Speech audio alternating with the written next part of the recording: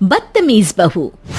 सभ्यता से भरपूर शास्त्री परिवार की इकलौती बेटी मोहिनी को बचपन में ही पढ़ाई के लिए विदेश भेज देते हैं, जहां से वो सालों बाद ग्रेजुएशन पूरी करके इंडिया वापस आती है, जो अब संस्कार, सभ्यता, संस्कृति जैसी चीजों से कोसों दूर होती है।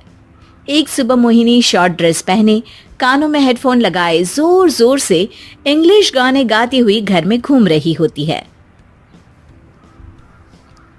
सुबह सुबह भगवान का नाम लेते हैं, राक्षसों की तरह चिल्लाते नहीं। पॉप्स, आपको अच्छे गाने की बिल्कुल समझ नहीं है, so take a chill pill. अरे मोहिनी, पापा से ऐसे बात करते हैं क्या? सारी तमीज भूल गई हो?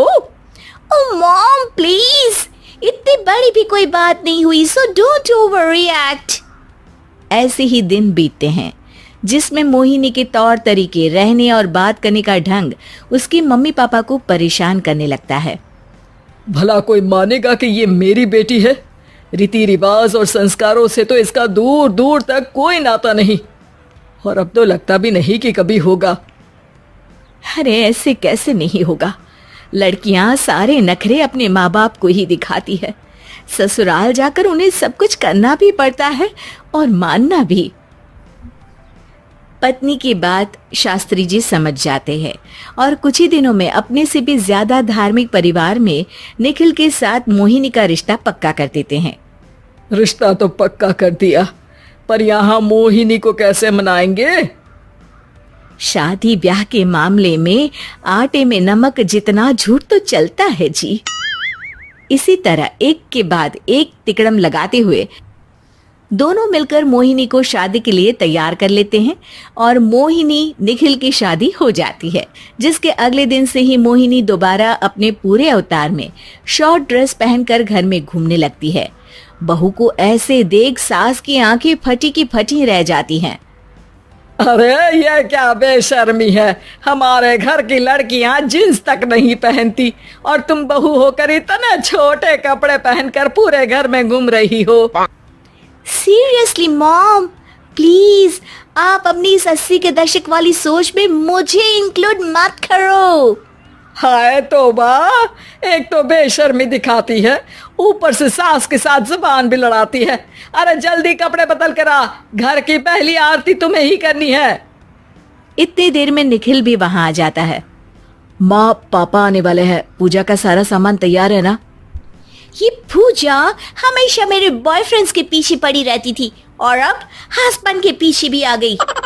मोहिनी की बातें सुन सास तो अपना सिर पकड़ लेती है, लेकिन निखिल किसी न किसी तरह उसे पूजा के लिए कन्विंस करके कपड़े चेंज करने के लिए भेज देता है, जिस पर पूजा खत्म होने के बाद वो एक बार फिर अपनी शॉर्ट ड्रेस में आ जाती है। बहू, ये क्या तरीका है? संस्कार नाम की कोई चीज है या नहीं? नहीं ससुर जी, संस्कार मेरा दूसरा बॉयफ्रेंड था, अब तो मेरा उससे कोई कांटेक्ट नहीं है। मोहिनी का जवाब सुन के ससुर तो भगवान नाम जपते वहां से चले जाते हैं, लेकिन सास बहू के बीच कहासुनी फिर शुरू हो जाती है, जिसे इग्नोर करते हुए मोहिनी घर से बाहर चली जाती है और देर रात घर वापस आती है। मोहिनी, मैं जानता हूँ कि तुम विदेश में रही हो और तुम्हें वहीं की आदत है, पर यहाँ चीजें कुछ अलग है। अगर तुम उस हिसाब से कुछ एडजस्ट कर लो तो सबके लिए सही हो जाएगा। I am not in a lecture mood. Good night. अगली सुबह मोहिनी देर से उठकर एक बार फिर उसी तरह सबके सामने आती है, जिस पर उसकी सास कुछ बोले उससे पहले ही मोहिनी की दोस्त मोनिका और रेचल वहां आ जाती हैं। Oh hi darling, how are you? OMG, we missed you so much. I missed you too darling. Ram Ram, इन्होंने तो तुमसे भी छोटे कपड़े पहने हैं। अरे तुम लोगों के अंदर कोई शर्म लिहाज बाकी भी है या सब बेच खाई? मोहिनी, तुम्हारी मेड कुछ ज्यादा नहीं बोलती? इस पर मोहिनी की दोस्त उसकी सास का मजाक बनाने लगती है, जिसे सुन निखिल उन्हें जवाब देते हुए कड़वे शब्द सुना देता है और वो सुन के वो दोनों तो मुंह बनाए वहां से चली जाती है, लेकिन गुस्से से लाल मोहिनी वहीं खड़ी निखिल को घूरती रहती है। घूर क्या रही हो? तुमसे शादी की ये सोचकर कि विदेश में पढ़ी लिखी हो, घर में कोई पॉजिटिव चेंज लाओगी, अपनी करियर के लिए एम्बिशियस होगी, पर अपने इस बिहेवियर से उस पढ़ाई के साथ साथ अपने मम्मी पापा के नाम को भी डुबो रही हो। अगर तुम्हें ऐसे ही हाल रखना है तो यहाँ रहने की कोई जरूरत नहीं है। निखिल की बातें सुनकर मोहिनी रोते हुए घर छोड़कर अपनी मम्मी पापा के पास वापस आ जाती है।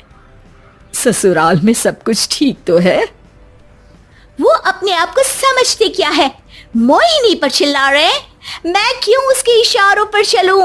मैं अपनी लाइफ अपने तरीके से जीना चाहती हूँ और वो ना आप लोगों को मंजूर था और ना ही उन्हें है। तुम यहाँ नहीं रह सकती। अपने पापा की बात सुन के मोहिनी हैरान रह जाती है। हाँ, तुमने बिल्कुल सही सुना। अगर तुम्हें अपने इस घमंड, बेशर्मी और बदतमीजी में ही जीना है तो तुम यहाँ भी नहीं रह सकती। बेटी, मैं मानता हूँ हमारे यहाँ रीति रिवाज बहुत मायने रखते हैं और हमने उन्हीं के ओवरडोज से बचाने के लिए तुम्हें विदेश भेजा था। एक लड़की जो शादी करके घर और बच्चे संभालती है, उससे तुम अपने आप को ज्यादा समझ सको इसके लिए भेजा था।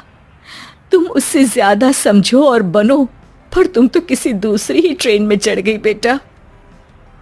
उसके मम्मी पापा बहुत देर तक मोहिनी को सारी बातें समझाते हैं, जिन्हें सुनकर मोहिनी को अपनी गलती का एहसास होता है। वो जॉब ज्वाइन कर लेती है और ससुराल वापस आकर उन्हें मॉडर्न बनाती है और खुद भी कुछ रिवाज सीखते हुए खुशी से रहने लगती है।